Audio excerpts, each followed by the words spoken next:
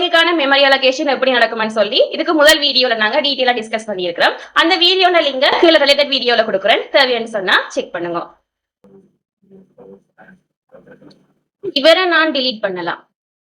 என்ன பாக்குறீங்க? நான் தான் ஹாபேஜ் கலெக்டர். உங்களோட சூழல் சுத்தமா இருக்கணும்னு சொன்னா துப்புரவு செய்யற அளவுக்கு இம்பார்ட்டனோ, அதே மாதிரி ப்ரோக்ராமிங்ல மெமரி கிளீனா இருக்கணும்னு சொன்னா நான் இம்பார்ட்டன்ட். ப்ரோக்ராமால இந்த அரே அக்சஸ் பண்ண இயலுமோ? நீங்க ஒரு ப்ரோக்ராமால ஒரு அரே அக்சஸ் பண்ணணும்னு சொன்னா ஒரு வேரியபிளுக்கு அந்த அரே அசைன் பண்ணி வச்சிருப்பீங்க. அந்த வேரியபிளை யூஸ் பண்ணி தான் அந்த அரே அக்சஸ் பண்ணுவீங்க, ரைட்? இந்த அரே ஸ்டோர் ஆகிற இந்த மெமரி லொகேஷன் ரெஃபரன்ஸ ஏதாவது ஒரு வேரியபிள் பாயிண்ட் பண்ணுதோ? இல்ல. சோ ஒரு காலத்திலையும் உங்களால வேரியபிள் வச்சுக்கொண்டு இந்த அரேய அக்சஸ் பண்ண இயலாது. அதாவது உங்களோட ப்ரோக்ராமால ஒரு காலத்திலையும் இந்த அரேய ரீச் பண்ண இயலாது. சோ தேவையில்லாம தான் இந்த அரே கீப்ல இருக்குது. சோ நான் இவரை கீப்ல இருந்து டிலீட் பண்ணுவேன். வெயிட். நீங்க ஒரு தரம் ப்ரோக்ராமால என்ன கால் பண்ண தேவையில்லை. நான் பேக்ரவுண்ட்ல ஆட்டோமேட்டிக்கா ரன் ஆகிக்கொண்டே இருப்பேன். ஓகே.